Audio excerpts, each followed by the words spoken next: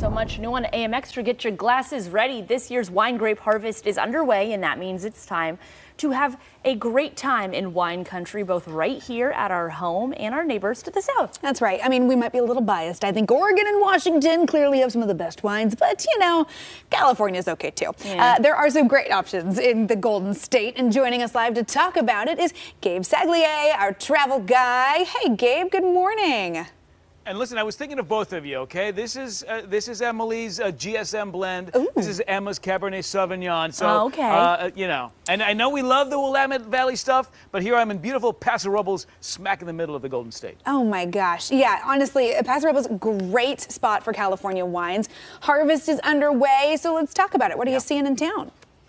So it's Harvest Wine Month here in Paso Robles. By the way, 3 hours south of San Francisco, 3 hours north of LA, and Alaska Airlines has daily flights out of PDX right to the little regional airport here, San Luis Obispo, to flight daily. So super easy to get here. I'm at Booker Vineyard, one of the newer tasting venues here in Paso Robles, which is home to 250 plus wineries. These are Cabernet Sauvignon grapes. They got picked overnight because it's got to be dark and cool when you pick the grapes. And here's a live shot of their production facility because I've got an eye on the crush pad, but there, the crew's starting to destem, starting to crush. This is this process, and Emily, I know that you know this process well. This is a story that's happening in real time. Grapes come off the vine, they go into the crush pad, and then, of course, the process begins. This is a wonderful time, whether it's right there in your own backyard or whether it's here in Paso Robles, to tap this buzz, if you will, because the crowds of the summer have thinned.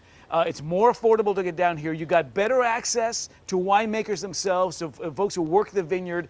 You can get super intimate. Even if you're a novice getting started for the first time, this is a wonderful time to really explore how wine growing happens and how these beautiful grapes become these world-class wines here in Paso Robles and up and down the West Coast.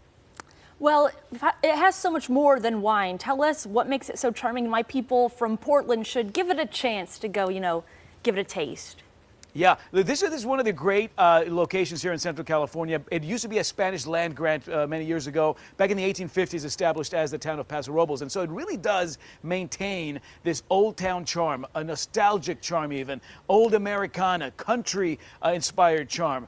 So this little downtown district, which is anchored by this beautiful plaza that stays lit at night, community comes out, they have events here all the time, very accessible, very, again, nostalgic, but really surrounded by a growing wine scene. The food scene is really blossomed. 4 Michelin recommended restaurants here in Little Paso Robles now. You got gastropubs, an amazing mixology theme. If you're a fan of cocktails, the way that they're crafting these cocktails now, very innovative, very forward thinking, some really cool stuff to sip on and do so responsibly, of course. And there's also this family friendliness, guys. I mean, I've been up here with my 3 kids many times over the years. I've seen this area grow and retain that charm, but you can do it with the kids if they got to be in tow. But again, a wonderful region that, again, this time of year with the summer behind us, with the holidays on the horizon, becomes a super accessible place and time to visit. Yeah, good stuff. And I know, speaking of the holidays, to get down there for a little sunshine when things get a little gray and rainy up here, great idea. Gabe, thank you so much for the Rex. We might need a little out-of-state wine weekend here. Cheers. You got it. Yeah. I'll save this for you. Oh, appreciate it. And hey, for more information on California wine country travel, you can head over to Gabe's blog at gabethetravelguy.com. I love, too, that, you know, just like what we're seeing here in Oregon and Washington, some of these smaller wine country towns are building a whole scene around this, you know, burgeoning wine industry. It's not just Napa Valley anymore. Right. You know, Gabe was on the central coast of California, Paso Robles, and San Luis Obispo. Just a beautiful part of the country. If you a good way to go. escape when our hair gets dark and our skin gets light. Just a little bit of that sunshine, right? Yeah.